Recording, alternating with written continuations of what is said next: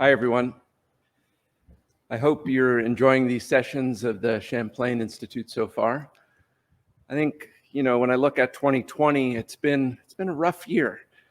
Bearded Sam Sifton described the year and these recent days as a dumpster fire, which I thought was pretty eloquent. But I have to say, so far this week has really inspired a sense of much needed hope. And I mean that honestly and not in a naive sense. There's been great examples of civil, thoughtful, and constructive debate between Nat Fogg and Nick Dowling earlier in the week, between Phil Lader and Kay James yesterday evening. Constructive because it wasn't just about intellectual sparring, but discussion that made me feel actually better prepared to engage as a citizen, and that was excellent. There's also been incredible storytelling and reflection, as with Jasmine El-Gammar, when she described the scene in Iraq when a cluster of 19-year-old American soldiers confronted a family and the fear in a young boy's eyes, but also the fear in the soldier's eyes and the power of cultural translation and empathy. And there's been so many examples of just pure grace and eloquence, like with Lynn Bolger's introduction of George Mitchell. Yes, and an introduction, that genre too often overlooked. I'm looking at Lynn right now in Gates, and Lynn, that was remarkable. Today, just to make sure we take a firm grip of the third rail of public discourse, we're going to go deep on religion, not just in the abstract, but in the context of politics, all wrapped in the power of the written word. We'll embark on a conversation with two people perfectly empowered for that occasion, Roxana Robinson and Francis FitzGerald. And to introduce Roxana and Francis, I'd like to welcome Dr. Marie Griffith back to College of the Atlantic and back to the Champlain Institute. Dr. Griffith is the John Danforth Professor of Humanities at Washington University in St. Louis. She's the editor of the journal Religion and Politics and directs the Danforth Center of Religion and Politics at WashU. Marie has authored or edited 6 books on religion in the Americas, most recently Moral Combat: How Sex Divided American Christians and Fractured American Politics, which examines the history of sexual morality, feminism, and gender that have driven American Christianity and politics. She's currently working on a new book, Making the World Better: Some Historical Lessons for a Fractured Nation, which will be published soon by the University of Virginia. She did her undergraduate degree in political and social thought at UVA and her MA and PhD at Harvard University. Importantly, I am very honored and proud to announce that Dr. Griffith has just joined the Board of Trustees here at the College of the Atlantic. Please welcome Dr. Marie Griffith. Greetings to you all. It is my great honor to introduce this morning's featured speakers, Roxana Robinson and Francis FitzGerald. Both of these distinguished award-winning authors are, I imagine, well known to most of you, but I nonetheless get the pleasure of telling you about them. Roxana Robinson is a widely revered novelist and biographer of profound depth and broad scope. She has authored 10 books, including 6 novels, 3 collections of short stories, and the biography of Georgia O'Keeffe. 4 of these were chosen as New York Times notable books, 2 as New York Times Editor's Choices. Her fiction has appeared in The New Yorker, The Atlantic, Harper's, Best American Short Stories, Tin House, and elsewhere. Her work has been widely anthologized and broadcast on NPR. Her books have been published in England, France, Germany, Holland, and Spain. Robinson has received fellowships from the NEA, the MacDowell Colony, and the Guggenheim Foundation, and she was named a literary lion by the New York Public Library. Robinson has served on the boards of PEN and the Authors Guild, and was the president of the Authors Guild from 2013 to 2017. In 2019, she received the Barnes & Noble Writers for Writers Award, given by Poets and Writers. Robinson has taught at Wesleyan University, the University of Houston, and the New School, and she currently teaches in the Hunter College MFA program. Of course, she makes her home, one of her homes, in Maine, and serves on the council of the Maine Coast Heritage Trust. She is widely admired and beloved in these parts and throughout the country. Today, Roxana will be interviewing Frances FitzGerald, who is a renowned journalist and award-winning author working in somewhat different genres. She has written 6 books and contributed to The New Yorker, the New York Review of Books, Harper's, The Atlantic, the New York Times Magazine, Esquire, Architectural Digest, and many other publications. Her first book, Fire in the Lake, The Vietnamese and the Americans in Vietnam, received the Pulitzer-Prize, the National Book Award, and the Bancroft Prize for History. Later books have won prizes too numerous to name, including the Award for Literature from the English-Speaking Union, the Los Angeles Times Award for Nonfiction, and the National Book Critics Circle Award, and countless others. Her latest book, The Evangelicals, The Struggle to Shape America, published in 2017, is a history of the evangelical movement, its central leaders, and its long-reaching influence upon American history, politics, and culture. FitzGerald serves on the boards of directors of the Alicia Patterson Foundation, the Nation, and the Citizens Committee for New York City. She was president of the PEN American Center and the Society of American Historians, and served on the board of the Rockefeller Foundation and the Harvard Board of Overseers. She's a member of the Council on Foreign Relations, and of course, she too makes one of her homes right here in Maine. Please join me in welcoming them both now.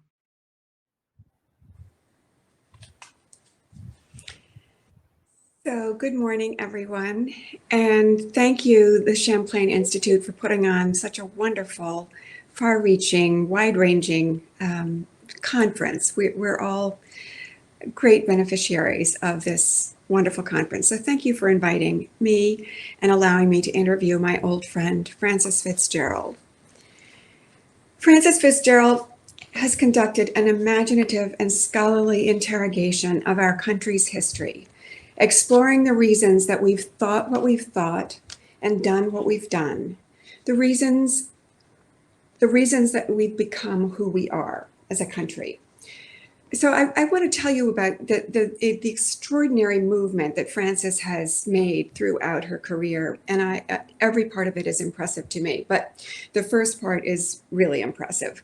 She first went to Vietnam as a reporter in 1966, when she herself was just 26. 6 years later, she published her first book, Fire in the Lake, a work of deep investigative scholarship, which examined the military engagement between the United States and Vietnam. She charted Vietnam's history, culture, and religion, and she revealed America's profound misunderstanding of that country. Vietnam had been resisting foreign invaders for 1,000 years, she wrote, and would not surrender to America. The US, she said, had adopted an unwinnable strategy. What I am impressed by, apart from the scholarship, was her temerity, her bravery in standing up to the country the way she did. As a 32-year-old civilian woman, she was contradicting the entire US military community and many politicians and pundits. Her book appeared in 1972. 3 years later, the US withdrew its troops from Vietnam. It's a great beginning for a writer. She went on to range freely across the broad plains of our history. She's written about unexpected corners of America, about the history textbooks used to teach our children, the difference between the way we meant to build our cities and the way we actually have, and that mad cult of SDI, the Star Wars Initiative. In her most recent book, Frances charts an unfinished narrative, one which may last as long as the American experiment itself. The Evangelicals is about a particular notion of religion, one rooted in our culture It seems to me completely American. It's a kind of jubilant excoriation of the soul. Something that's particularly interesting to me because my great-grandfather is Henry Ward Beecher, so evangelical thought and that kind of ministry is part of my family. So I'm always interested by her opinions about it. But in this book, she combines the threads of philosophy, history, politics, and religion, and she makes of them the thick braid of America. And one of the things that I find so fascinating about this book is that religion, as she describes it, the American religion, is so full of passion and rage and excitement. I mean, the stories, the way people respond to these issues is just pyrotechnical. So I was surprised by that. Who knew? I have been fortunate enough to have known Frances for over 40 years, both as a fellow writer in New York and as a fellow summer resident of our beloved Mount Desert Island. And I can report that Frances knows every mountain path, every rocky summit, and every woodland stream on Mount Desert. So there is every reason to celebrate her here at the Champlain Institute. So welcome, Frances. I'm glad you're here. I want to ask, as we talk about your book, I want to ask you to answer some very basic questions. Could you define evangelical and fundamentalist and let us understand the difference? Well, evangelical is really a theological term, not a political one, as many people imagine. And if you had to point out the doctrines that actually differ from other Protestant churches, you might get to 3 or 4. One is certainly an emphasis on the authority of the Bible. The second is the need to be born again in Christ as an adult, and going through a sort of a radical reform and being born again. The third is it comes with the first, second, and that is the need to evangelize, the need to convert others to the same cause, and of course there's a lot of sort of behavioral differences between evangelicals and other Christians, but many of them having to do with sex and the family, but as for doctrine, that's about it. As for fundamentalists, they're a kind of subspecies of evangelicals. George Marsden, who's the great American evangelical historian, said a fundamentalist is an evangelical who's mad about something. And what he meant really was that fundamentalists have always been sort of militant crusaders against secularism and against other Christian churches in this country. They have a much stricter view of the Bible than they believe that the Bible is inerrant, which is to say true in every single detail, and that they believe also that they read it literally. And of course, nobody does it or can, because it's too rich and a work and too full of metaphor and story. And so, but that's what they believe. So, all right, thank you. That's very helpful. One thing that I find fascinating about the book is the way it charts the course of American thinking. And this country, as I understand it, started out with a very firm commitment to education as a social good and something that was essential as part of our growth as a democracy. Can you explain the connection between the evangelicals and the rise of anti-intellectualism? And does it still persist? Well, the evangelicals, when they came to this country, and mostly they were Methodists and Baptists, but there were some Presbyterians as well, and went out into the countryside where people were unchurched, and where they wanted to create Christian communities on the frontiers. And naturally, it was a simplified sort of religion that they taught, and often they differed in their view of it than their peers at home. But I think that generally, that it is and persists to be somewhat anti-intellectual because of the emphasis on the literalism of the Bible. I mean, if you believe that the world was created in 6 days, there's not much more to be said about it. And it sort of cuts off all conversation.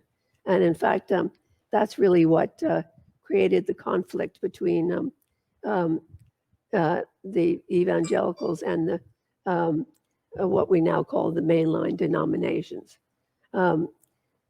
So a lot of evangelicals have become intellectuals. I mean, I know at least 4 of them, but I think that for the ordinary people in the pews, you're not really encouraged to question or to learn new things. And again, this differs. You know, evangelicals are a huge group of people, and so it's very hard to make any single generalization about them. But I think that this is in general true. Thank you. So there's there's a wonderful quote that you have in your book from H.L. Mencken. It's from the 1920s. And he said, "Heave an egg out of a Pullman car window and you will hit a fundamentalist almost anywhere in the United States today." I love the image, first of all, heaving an egg out of a train window. But what he's saying is that there were lots of them. Is that still true today? And what's the sense of their presence in our population? Well, and also, if you can tie into this, so when did the evangelicals emerge as a political force? In the 19th century, people didn't bother to count the different religions, and this polling and counting process started really only in the 50s with George Gallup and so on. And at that point, Gallup said that evangelicals were 25% of the population. Polling has gotten better now; it's gotten more sophisticated, but pollsters still disagree on basic figures, and so. But certainly the percentage of evangelicals, which is to say the percentage of the American population who are evangelicals, has descended since 1950, and it's been going down steadily, partly as a result of the fact that we're talking, by the way, about white evangelicals, that people of other ethnicities have come to the United States, Catholics, of course, but also Hispanics who may or may not be Catholic, and have often joined Pentecostal religions.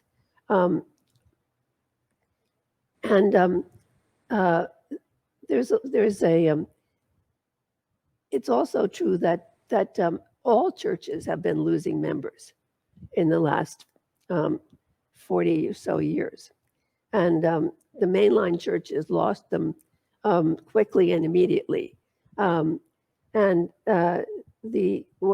the evangelicals sort of hung on to them for a while. But with the increase of the population and the loss of church membership, the recent figure I heard for evangelical percentage of the population is 14%. Now, you Okay, asked thank you. them also how they first got into politics. Well, in a sense, they've always been in politics. I mean, many preachers and evangelists have made political statements or gotten to know political figures. And the best example really is Billy Graham, who came to be great friends with almost all the presidents he lived under, but most particularly Richard Nixon. And he almost came out for him, as for president. He just slightly shied away in the end because he was worried about getting himself too far involved in politics. But he certainly helped Nixon as much as he could.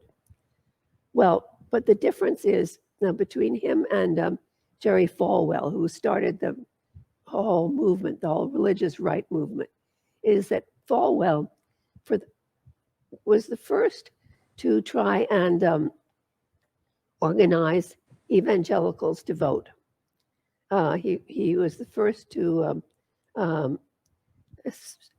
ask his own ministers from his own particular Bible church to go out and find people to vote Republican, as it happened. He wasn't terribly successful because he was a fundamentalist, and there weren't that many in the U.S. But the movement began there and has grown ever since. Okay, so in 1976, most evangelicals voted for Jimmy Carter. And since 1980, they have voted Republican in increasing numbers. When and why did the South turn Republican? And you wrote that the South remained in a kind of proud isolation until the 1940s and 50s because embracing the premise of slavery had made it resistant to modern ideas. Could you expand on this? I'm really fascinated by the idea of the North and the South as maintaining this divide so long after the Civil War was over, and the roots of this kind of division in slavery. Well, the South was an actual entity and defined by those states which left the Union. And the North was just everybody else, including the growing West and the populous states of the East, of the Northeast. So there are two different things, really. But even before the Civil War, churches divided on the basis of slavery. Methodists, Baptists, and others actually disenfranchised their Southern brethren because of slavery. And in fact, the Southern Baptists have never gone back to make an alliance with the North again. They're the biggest denomination in the country, and so why should they bother? And the Northern Baptists there are many denominations, and they're all over the place. I'm speaking of white denominations now. So where were we? I asked you about 4 questions in one, sorry. So they're now increasingly Republican. I guess you've already mentioned Jerry Falwell. Oh yeah. Well, So as I the- say, first thing really was the move of the South into the Republican Party because of the civil rights movement and in particular Johnson's civil rights laws, and it took a long time. They voted for Republican president before let's say senators and representatives and so on down became Republican. So it took a while for the South to become entirely Republican, but it did around let's say the end of the 80s, 1980s. And at the same time, let's start in the 70s. Jerry Falwell was already active in politics in the sense that he took his choir around to many different states and held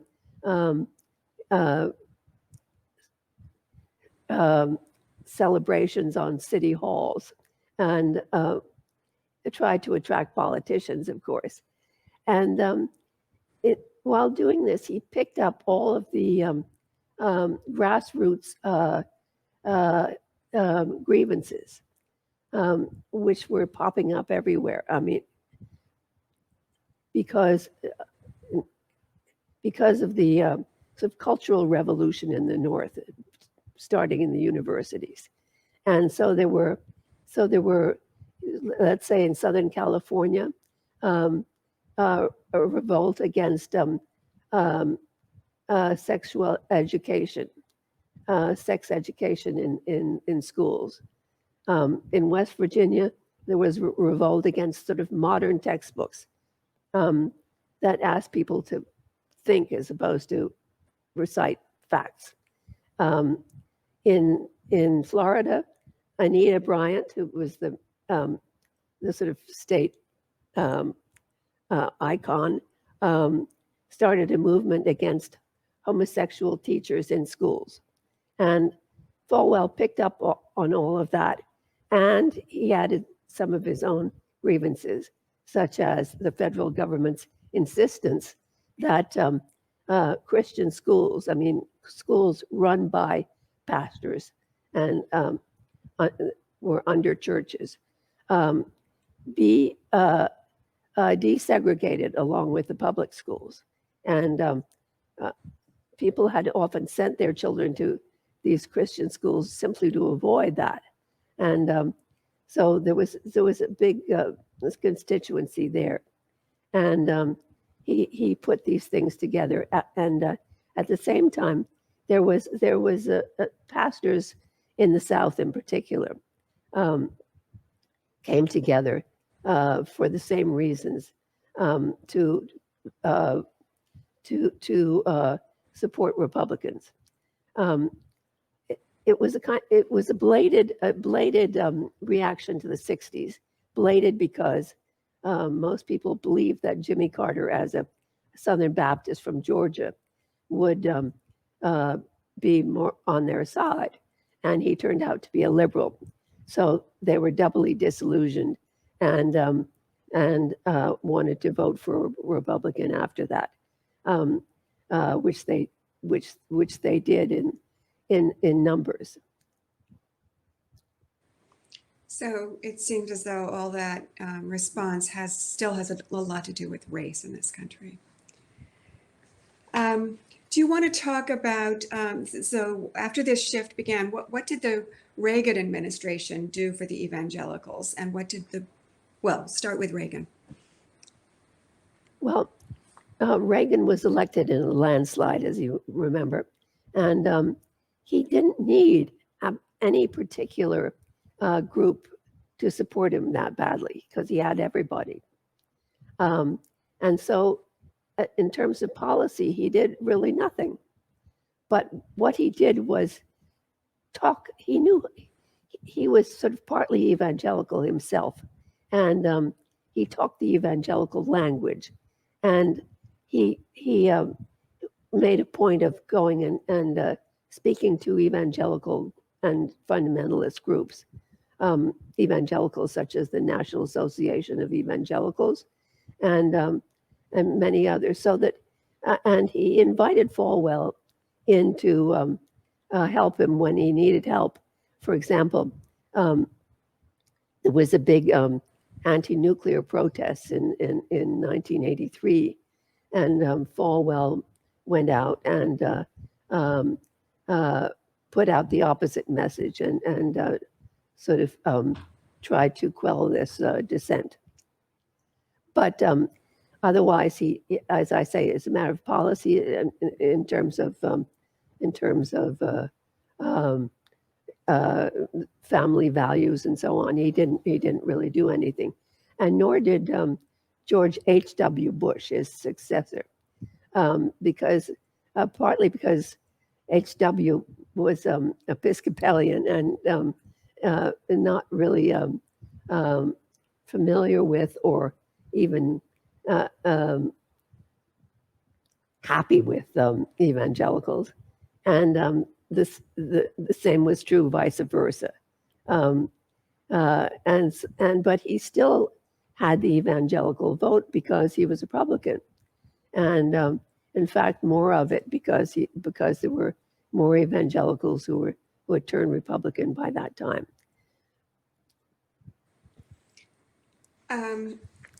And then what happened? What happened when his son was elected? Because there was a shift there. Yes, and it was strange because his son was called himself a born again evangelical, and presumably he was, and so you would think that would be the most attractive thing for evangelicals. Not exactly, no. They were suspicious of him being from this Bush family, the family, the father who they didn't like very much at all, and they didn't know who he was. I mean, he was a governor of Texas, but outside the region, people didn't really know him a lot. So that was one thing, and the other thing was that the religious right was on the decline at that moment, because after a very important drive forward under Pat Robertson, they had been stymied by the first Clintons couldn't be prosecuted or actually convicted after his impeachment. And secondly, because Democrats actually won that midterm election just after he was impeached. Obviously, most Democrats didn't think anything of it, and for other reasons as well, but partly leadership. They were in a bad way, so they couldn't really get it together to vote for Bush. Although those that did, by a large majority, voted for George W. Bush. But it wasn't enough, according to Karl Rove. And Rove spent his next 4 years trying to increase the evangelical vote. And and Bush helped him policy-wise by making, well, he started this faith initiative, which would essentially give money to churches and church-led institutions so that they could do the work of other secular NGOs. And then he made a real dent in the abortion issue by a law that I think, what did it do?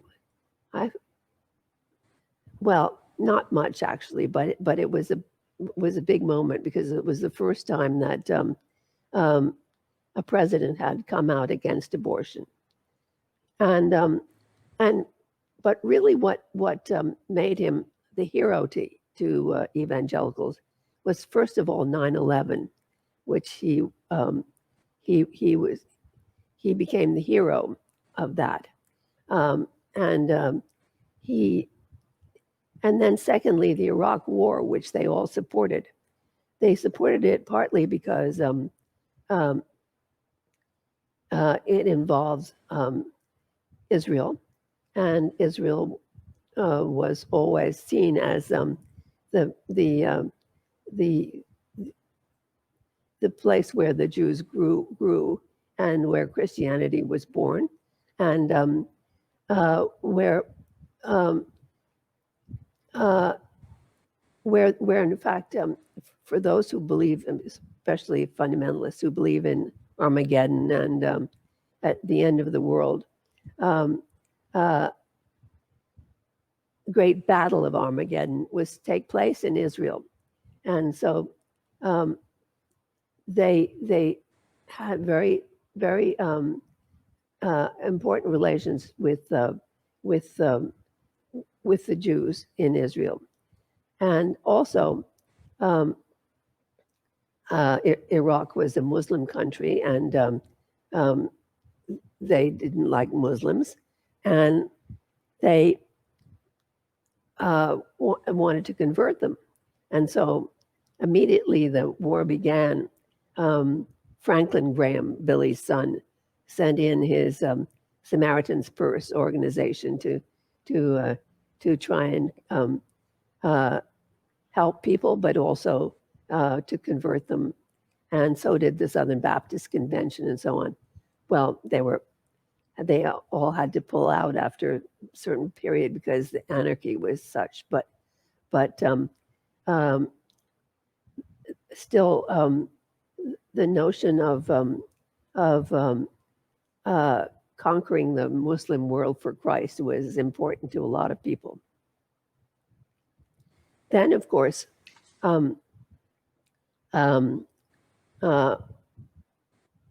Bush ran into trouble domestically because of the flood, Katrina, and so on. But he was still supported by evangelicals through then, but he also two really important things. First of all,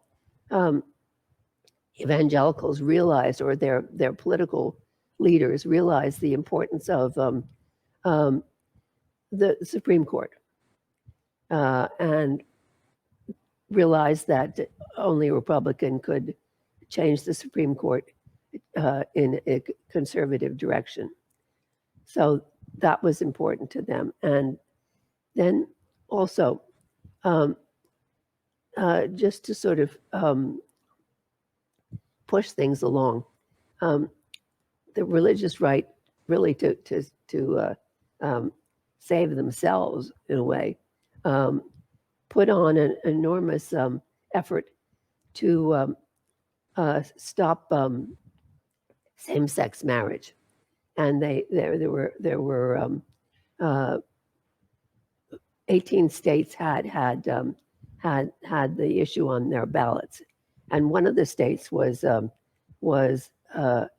Ohio, which was the key swing state, and it turned out that the vote for, or rather the vote against same-sex marriage was higher than the vote for Bush then, which showed that in a way that Bush was running on the tails of the Christian right, and so that made him extremely popular again. So the ideas of family values are very important to evangelicals, and these very strict moral laws that they lay out for themselves and for their followers. So why do they support the person who's now in the White House, whose moral values are not even definable, let alone defensible? How is it that this unlikely teaming has arisen? Well, good question. I think that by that time, I mean, religious right had been going since 1980. So by 2018, 2012, the leadership, and certainly, if not many others, had become rather pragmatic and sort of transactional in their politics. So they sort of cared that men had good moral. The president's elect had good moral standing, but more important to them was what they could get out of the president, how the president would help them with policy issues and with the judgeships up and down the line.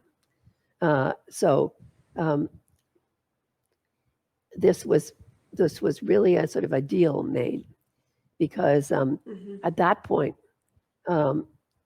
the numbers of evangelicals voting Republican was very high, and they voted 81% for Bush, and that meant that that was about a third to a fourth of a third or more of Trump's vote. So clearly Trump had to do something for them in a big way, and not just rhetoric, but do something serious.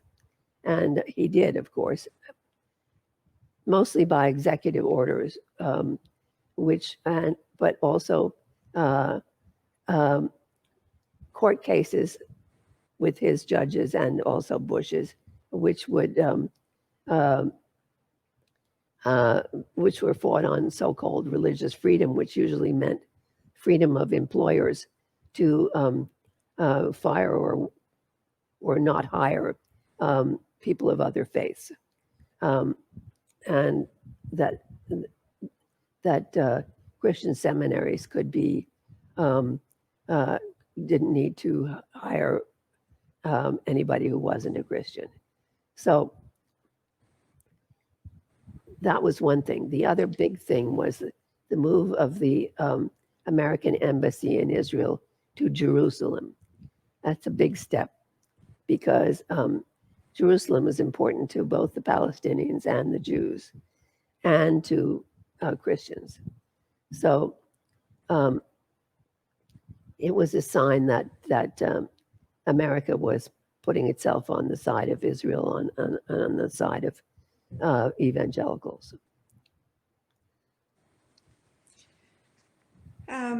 So today, what is their current connection with impeached President Trump and his administration? We see on TV Dr. Deborah Birx and Dr. Redfield, who talked to us about the coronavirus.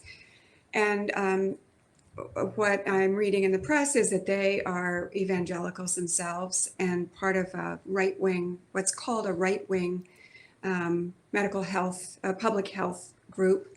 And more recently, we have Dr. Stella Immanuel, who has come out and been supported by impeached President Trump.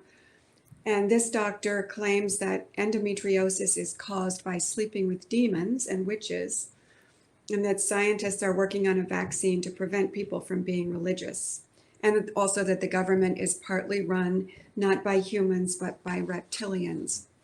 So does it seem as though this group is becoming more extreme and more powerful? And do you think that there's anything that's going to cause it to fail, or is it just going to keep going? Well, of course, there's a range of evangelicals within the Trump administration. In fact, you can hardly find a cabinet minister that is not an evangelical. Of course, they turn over so often that it's hard to tell, but Vice President Spence is, of course, an evangelical, and I think he brought in a great many of his own into the cabinet. Betsy DeVos is very important because of her input in education. She really wants to privatize the public schools. I mean, then there's the Secretary of State, Mike Pompeo, who is very religious I mean, he speaks as an evangelical to small groups of people. To us, he doesn't, but he nonetheless is a hawk on most issues, and evangelicals would agree with him on that. So he's, had fights with the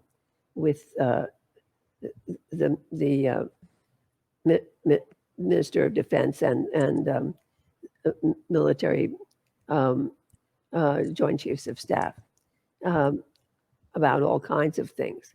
But you go down through the ranks, and there are evangelicals everywhere, as you say, even in the health and human services divisions and outside advisors. So that's partly reason that Trump has not taken this whole thing of the coronavirus very seriously, because there are people around him who are health professionals who don't, and so he listens to them when he wants to, and Dr. Fauci is there as a kind of cover, but he listens to Fauci when he has to, like right now, when the numbers of cases are going up so incredibly highly in the southern states, which is his bailiwick, Trump's bailiwick. So I'm going to see if we have some questions. Ask our support group if questions have come up. Yeah. So what are the differences, if any, of the views of younger evangelicals compared to those who are older? This comes from Jim Lowenstein. I think that the younger evangelicals are much more socially justice minded. They also care about the climate much more. Whether they will vote Democratic because of it is really questionable to me, because they've been brought up within this climate of evangelicals being essentially part of the Republican Party, and this is true on the ground as well. I mean, evangelicals have run for school boards and for city and not city, but small town posts as well, and so it's hard to sort of move out of there. Some of them will. I think a lot of them will simply not vote. And that's their real. There's no third candidate really, so they will just stay home. But the trouble is that young people already are young people of all sorts are less loyal voters than older people. So it doesn't always help as much as one might think. And there are big efforts by the Democratic Party to pull all young people in to voting by mail and so on.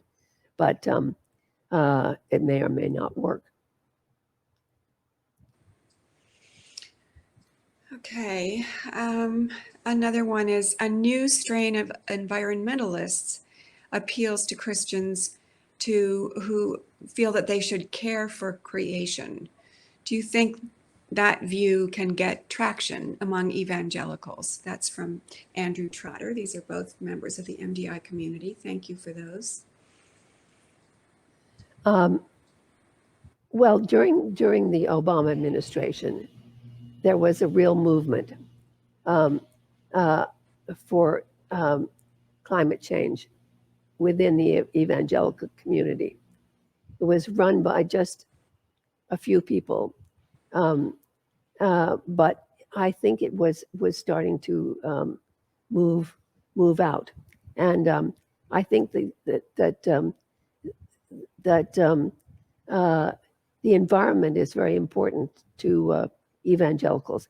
Climate change is a little more difficult because it's so abstract, and it's so much science is involved, and not everybody thinks highly of science in the evangelical community. So that's a problem.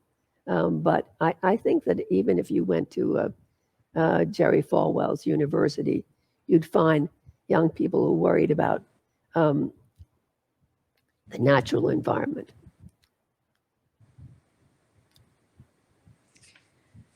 Thank you. Many evangelicals claimed to support Trump to affect Christian ends. Do you have a sense of how well evangelicals feel this tactic has fared? This is from John Bose. I think it's fared very well. I mean, as I say, it was a kind of a deal made because evangelicals had voted for him so highly that there's nothing else he could have done. And he did it, and they know it. And the heads of the evangelical religious right are for him, passionately. Say he's the best president we've ever had, and that it would be, that many people say that God meant him to be president, and that he is King Cyrus. King Cyrus, of course, was not a Jew, but he saved a lot of Jews, and that's what they think of him. He's somebody large, brave, with all the ability to save them, and they did. Well, of course, under all of this is a really desperate fear that's manufactured and real, that there will be no more white Christians anymore, or no more white evangelicals, that they're going the way of, the narwhal. Unless they really do something so that they were able to keep on top of things, and perhaps institute biblical law. I mean, in one way or another, a lot of them are for that. That they may completely lose out in the end and become just unnoticed politically again. So it's fear and also nostalgia for a past that may or may not have existed, where evangelicals sort of ran the country, that it really motivates a lot of people. Thank you. This is now the Supreme Court has shifted in membership. Do you think this will reduce the interest and energy of evangelicals for the Trump campaign this fall? Have they done what they wanted to do? Well, I think that the heads of the religious right are very displeased with John Roberts and others who have not fulfilled, as they see it, their Christian duty to on all issues. But the real issue at this point is the COVID virus. That's felt by everybody. It's felt very personally. And Trump's numbers have gone down among evangelicals as well as with the rest of the country on this very issue, that he has not done well in attempts to combat it. And I can't see this changing by November the 3rd. I think, that Joe Biden's going to look pretty good to people, especially moderates. And there are plenty of moderate evangelicals. There are also some left-wing ones as well. I mean, one guy I know who's head of the Vineyard Church in Columbus, it's a mega church, told his congregation a couple of weeks ago, you can't be an evangelical and vote for Trump, which is quite something. Again, that's a minority, but still, he said that because he cares. He too cares about the virus. I mean, I don't know his mind, but he's also one of the people who really care about social justice, and particularly as far as Black Lives Matter goes. And so I think that's made some impact as well. Interesting. So here's another one. Has evangelical participation in the political process affected the evolution of the theological precepts of evangelicism? If so, how? The answer to that is no. Whether or not you're faithful to them or not is the real question. And I think that there are people like the one of the heads of the Southern Baptist Convention before Trump was elected said, "Look, we're just going to have to get along with this. We're going to have to be the shining example, the minority that shows itself off to be so godly and important that others will listen. But we cannot expect to do this by majority force or by brute force or anything like that." So I think that will certainly occur to them if Trump is beaten badly. If he's not, there of course be lawsuits and so on. But evangelicals will still hope that the next guy will be better. Mm-hmm.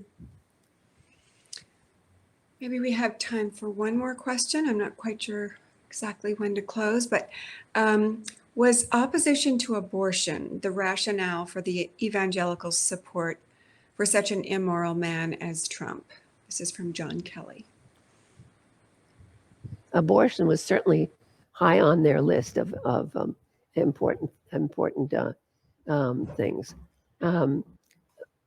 As you know, probably abortion didn't occur as a major issue until sort of the mid 1980s. But since then, it's been growing in importance, and it's certainly made had its effects on many states so far. And part of the reason they want conservative judges is to overturn Roe v. Wade.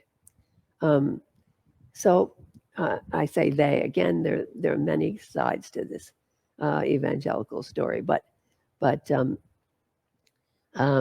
abortion is certainly very high among the reasons why they would vote for Trump again.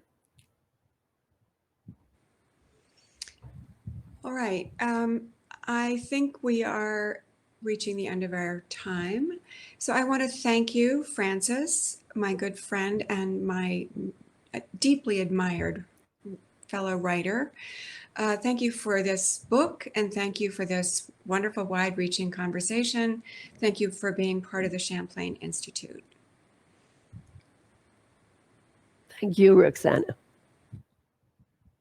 Thank you both, Roxana and Francis. And speaking of the intersection of religion and politics, I think it's perfectly appropriate to point out that at this very moment in Atlanta, Georgia, we are, as a country, honoring the life, work, and spirit of Congressman John Lewis.